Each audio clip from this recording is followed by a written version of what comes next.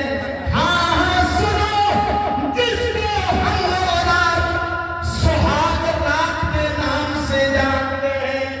دونوں میاں بیوی ایک کمرے میں ہیں. غور کر کے سنیے گا اسلام کی حفاظت کیسے کی ہے. ان کی نظر میں اسلام بڑی چیز، بڑی قیمتی نعمت. دونوں میاں بیوی ایک کمرے میں ہیں. جسمانی تعلقات بھی قائم ہوا ہے. جو میاں اور بیوی کے درمیان ہوتا ہے، جسمانی تعلقات، پیار و محبت کی بات، سب کچھ ہو. اتنے میں اے نوجوانوں، 2 لاکھ کمانے والوں، دن میں 500,000 کمانے والوں، سنو. اتنے میں جنگ کا نقارہ بج جاتا ہے.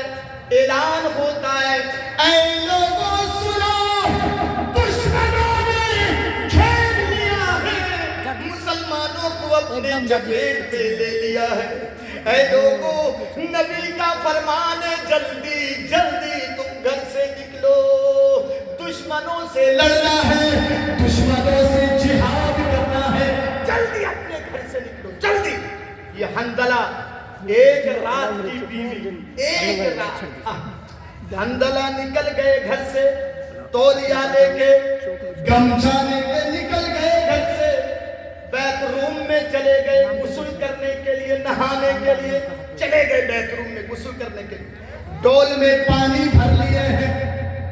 اتنے میں دوبارہ اعلان ہو رہا ہے، اے نبی کے صحابہ، اے نبی کے ماننے والوں، اے نبی کے ماننے والوں، یہ آخری بات دی جا رہی ہے. یہ آخری ندا دی جا رہی ہے. اب اس کے بعد جو اپنے گھر میں رکا رہے گا اس کو منافق مانا جائے گا. چلو جلدی سے اپنے گھر سے نکلو، چلو چلو جلدی سے گھر سے نکلو، میدان جہاد میں چلو، دشمنوں سے لڑنا ہے. دشمن گھیر لیے ہیں مسلمانوں کو. یہ حضرت حنظلہ یہ غسل کا ارادہ، نہانے کا ارادہ ترک کر دیتے ہیں، چھوڑ دیتے ہیں، گھوڑے کو اوپر بیٹھ جاتے ہیں، میدان جنگ میں جاتے ہیں. بیوی کہتی ہے، ایک رات کی بیوی، اے میرے خاوند، اے میرے ہسبینڈ، اے میرے شوہر، کہاں جا رہے ہیں؟ کہا تم نے سنا نہیں اعلان، میں جا رہا ہوں میدان جنگ میں. کہا ہسبینڈ میں آپ کو منع نہیں کر رہی ہوں، جا رہے ہیں آپ جائیے. دیکھیں ایک رات کی بیوی اجازت دے رہی ہے، جائیے آپ میدان جنگ میں، لیکن آپ جنبی ہیں، آپ نہا لیجئے، غسل کر لیجئے، اس کے بعد آپ میدان جنگ میں جائیں گے. جواب دیتے ہیں حنظلہ، اے میری بیوی، تمہاری بات صحیح ہے، تم نے جو کہا، تمہاری بات سر آنکھوں پر، لیکن نہانے میں، غسل کرنے میں مجھے 5 منٹ بھی لگ سکتا ہے، مجھے 10 منٹ بھی لگ سکتا ہے. اے میری بیوی، کہیں ایسا نہ ہو کہ اس 5 منٹ کے اندر، اس 10 منٹ کے اندر نبی کا کوئی صحابی شہید کر دیا جائے، قتل کر دیا جائے.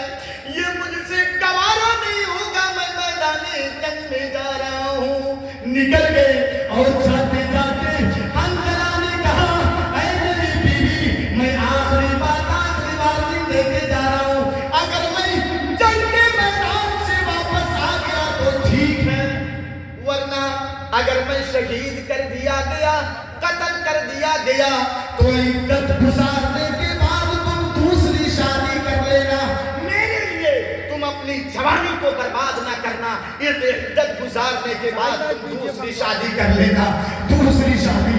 میرے بھائیو، میدان جنگ میں چلے گئے. میں مختصر بتا رہا ہوں، یہ غزوہ احد کا منظر میں آپ کے سامنے رکھ رہا ہوں. نبی اکرم نے سنو کچھ صحابہ کرام کو ایک جگہ میں بیٹھا کر کے اللہ کے رسول کہہ دیے تھے کہ سنو، چاہے ہم میدان جنگ میں ہار جائیں یا جیتے، اس جگہ سے تم لوگ ہٹنا نہیں. لیکن جب مسلمان جیتنے لگے، مال غنیمت کو بٹورنے لگے، مال